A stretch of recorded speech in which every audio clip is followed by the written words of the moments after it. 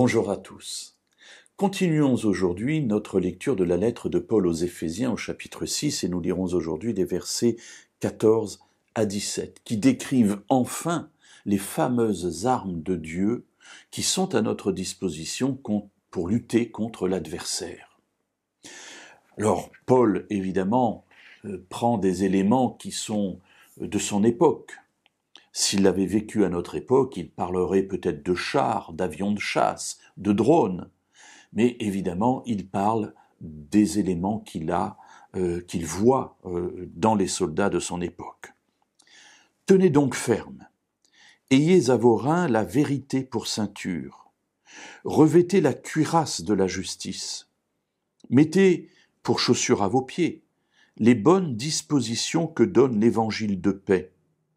Prenez en toutes circonstances le bouclier de la foi, avec lequel vous pourrez éteindre tous les traits enflammés du malin.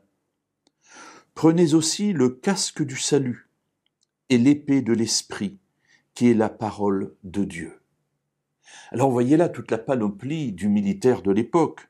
Nous avons la ceinture, nous avons les chaussures, nous avons la cuirasse, nous avons le bouclier, puis le casque, et enfin l'épée.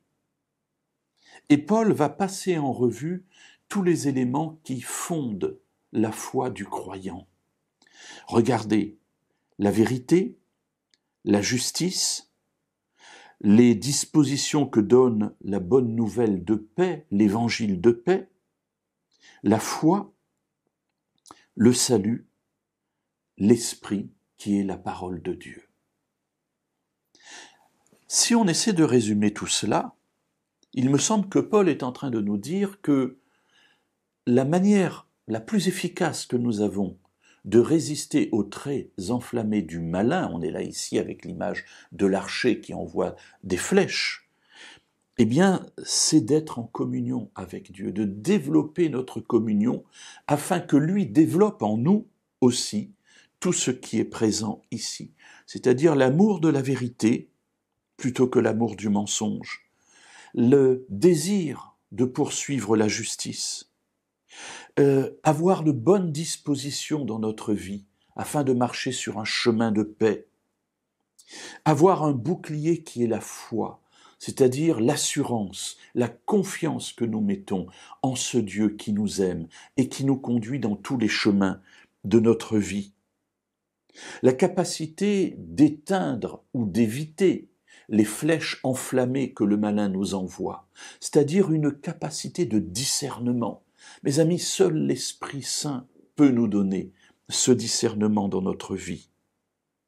Avoir la certitude du salut que Dieu nous donne au travers des Écritures et au travers de tous les éléments de notre vie qui nous montrent qu'il est là, à notre écoute, et qu'il nous faut être patient pour voir son salut s'accomplir.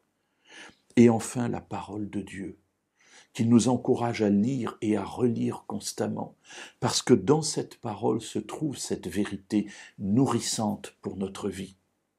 Mes amis, si nous mettons tout cela en pratique dans notre vie, alors Paul nous dit, oui, après avoir tout surmonté, nous tiendrons ferme contre le malin, nous tiendrons ferme contre le diable, contre l'adversaire, contre le diviseur, et nous serons là, marchant fièrement avec Dieu qui nous conduit et qui est à nos côtés.